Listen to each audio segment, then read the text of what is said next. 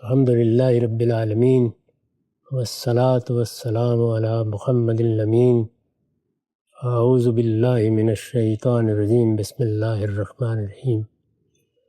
خواتین و حضرات، اللہ تعالیٰ کا شکر ہے کہ ہم 1 سال کی مدت پوری کرنے کے بعد پھر اس ادارے کی کارکردگی سن رہے ہیں اور دیکھ رہے ہیں۔ ہمارے سامنے جو معلومات آئی ہیں وہ عاجز بندوں کے لیے یقیناً حوصلہ افزائی کا ذریعہ ہے۔ ہمارے پاس ان چیزوں میں سے کچھ بھی میسر نہیں تھا جو دنیا میں کام کرنے کی ناگزیر ضرورتیں ہوتی ہیں، لیکن اللہ تعالیٰ نے خصوصی کرم فرمایا اور آہستہ آہستہ 35-40 سال کے عرصے میں ایک کاروان بن گیا ہے۔ اس پر ہر پہلو سے ہمارا رواں رواں اس پروردگار ہی کا شکر گزار ہے، اور ہم اپنی عاجزی کا اعتراف کرتے ہوئے اس پروردگار ہی سے دعا کرتے ہیں کہ اس میں اگر کوئی غلطی ہوئی ہے تو اس کو معاف فرما دے، ہماری جو کچھ بھی کاوشیں رہی ہیں ان کو قبول فرمائے، اور عاجز بندوں کے ساتھ اپنی مدد اور نصرت شامل حال رکھے۔ میں اس موقع پر بہت مختصر طریقے سے چند باتیں عرض کروں گا۔ ہمارے سامنے ایک ادارے کی کارکردگی آئی ہے، اس نے کیا کام کیا ہے، اس کے پاس کیا وسائل ہیں، اس کے کیا منصوبے ہیں، اس نے کہاں سے کام شروع کیا تھا، وہ کیا چیزیں پیش نظر رکھتا ہے، اس کی کیا کامیابیاں ہیں۔ یہ چیزیں ہم اللہ کی عنایت سے ہر سال دیکھتے رہتے ہیں، اس سال بھی ہم نے دیکھی ہیں۔ ان پر شکر ادا کرتے ہوئے میں یہ عرض کروں گا کہ جس طرح کارکردگی کا جائزہ پیش کرنا، اپنے رفقاء کے سامنے جو کچھ آپ نے کیا ہے اس کی تفصیلات رکھنا ایک بڑا غیر معمولی کام ہے، اور وہ اسی حوصلے کے ساتھ، اسی طریقے سے، اسی تفصیل کے ساتھ ہوتے رہنا چاہیے۔ اس کے ساتھ ایک دوسرا ضروری کام بھی ہے، اور وہ یہ ہے کہ کم سے کم اس کے بورڈ کی سطح پر اسی طرح سال کے سال ایک نظر ڈالنی چاہیے کہ ہم نے جو کچھ کیا ہے اس میں غلطی کہاں ہوئی ہے۔ ایک پہلو یہ ہے کہ ہم نے کیا کیا ہے، کیا حاصل کیا ہے، ہمارے اہداف کیا تھے، ہم کہاں تک پہنچے۔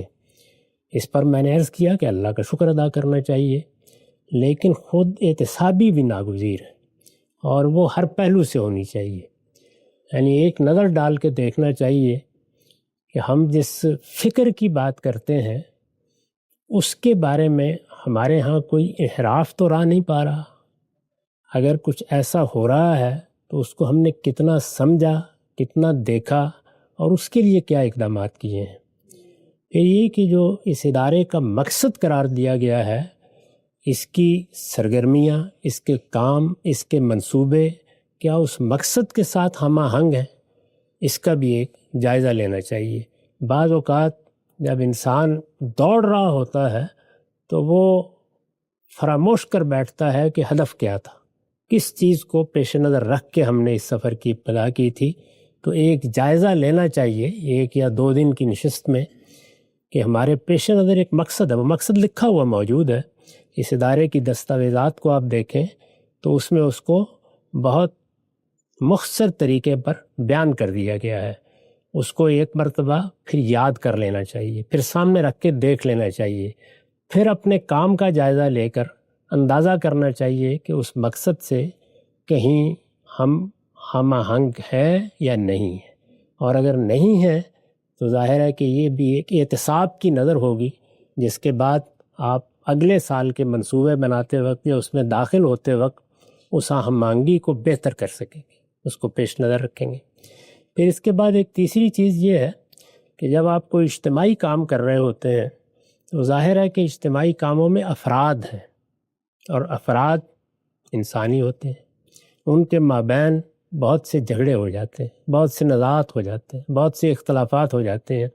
تو ایک نظر ڈال کے دیکھنا چاہیے کہ اس طرح کے کوئی مواقع اگر پیدا ہوئے ہیں تو اس میں ہمارے اخلاقی رویے کیا رہے، کیا ہم نے اس موقع پر اللہ تعالیٰ کی ہدایات کو پیش نظر رکھا، ہم نے کہیں حدود سے تجاوز تو نہیں کیا، ہم پر ہمارے سفلی جذبات کا غلبہ تو نہیں ہو گیا، ہم نے کسی موقع پر حدود سے تجاوز کر کے دوسرے کے ساتھ زیادتی تو نہیں کر دی. تو ایک نظر اس طرح کی سب چیزوں پر بھی ڈالنی چاہیے. وہ اگرچہ چند واقعاتی ہوتے ہیں لیکن ہو جاتے ہیں، اور دنیا کے بڑے سے بڑے اداروں میں ہوتے ہیں، ہر جگہ ہوتے ہیں. ان پر ایک نظر ضرور ڈال لینی چاہیے، اور اس کا بھی ایک جائزہ پیش کر دینا چاہیے. جس طریقے سے آپ ایک جائزہ پیش کرتے ہیں، یہ کام ہوا، یہ منصوبے بنے، یہ چیزیں ہمارے پیش نظر رہیں، یہ بھی دکھانا چاہیے کہ ہم نے جب ان نزاعات کا جائزہ لیا تو ہمیں یہ اندازہ ہوا کہ فلاں جگہ پر ہم حدود میں نہیں رہے، فلاں جگہ ہماری گفتگو متوازن نہیں رہی، فلاں جگہ پر ہم نے کوئی غلط اقدام کر دیا، کسی دوسرے پر کوئی تہمت لگا دی، کسی کے ساتھ کوئی زیادتی کر دی، تو اپنا اخلاقی جائزہ اس پہلو سے بھی لے کے دیکھنا چاہیے.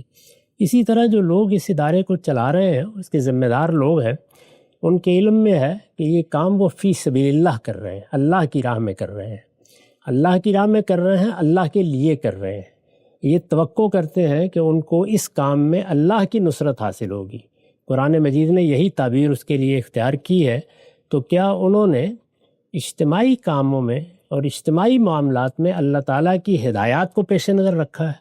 وہ ہدایات دو لفظوں میں قرآن مجید نے بیان کر دی ہیں کہ جب تم کسی اجتماعی کام کو لے کر چلتے ہو تو دو چیزوں کو ہمیشہ پیش نظر رکھو. سورہ نساء میں جب مسلمانوں کی پہلی اجتماعیت وجود میں آ رہی تھی تو دو لفظوں میں اللہ تعالیٰ نے بیان کر دی، ان تودوا الامانات الی اہلہا.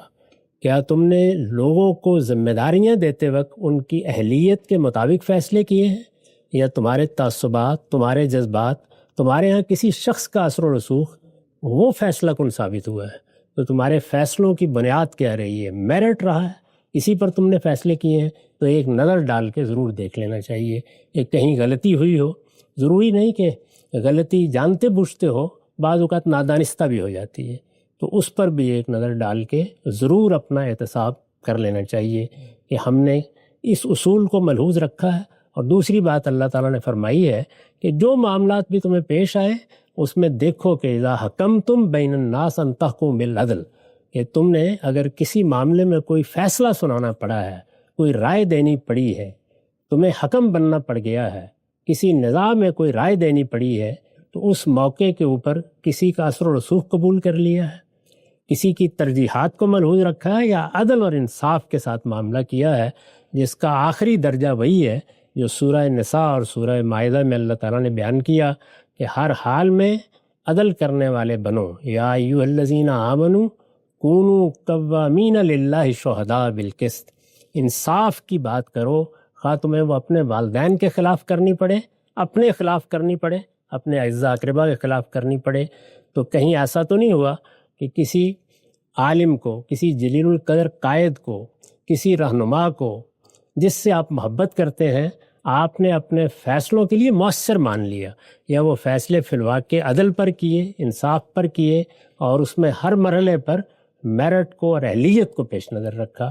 تو یہ وہ چند چیزیں ہیں جو میرے خیال میں زیادہ توجہ کا تقاضا کرتی ہیں. یعنی کارکردگی پر آپ کی توجہ رہنی چاہیے، اور کچھ لوگ وہ بھی ہونے چاہیے جو اس طرح کا احتساب کر کے بھی ایک رائے قائم کریں، اور پھر اپنی ایک رپورٹ بھی پیش کر دیں کہ فلاں فلاں چیزیں ہیں جن میں ہم نے محسوس کیا، ہم انسان ہیں، ہم سے غلطی ہوئی ہے، ہم اللہ سے عہد کرتے ہیں کہ آئندہ اس طرح کی غلطی کا اعادہ نہیں ہونے دیں گے. تو یہ چند مختصر گزارشات تھیں. آپ کہیں گے کہ بوڑھے لوگ نصیحتیں ہی کرتے ہیں. بہرحال میں نے اپنی خدمت انجام دی. اقول قولی ھذا واستغفر اللہ لی ولکم.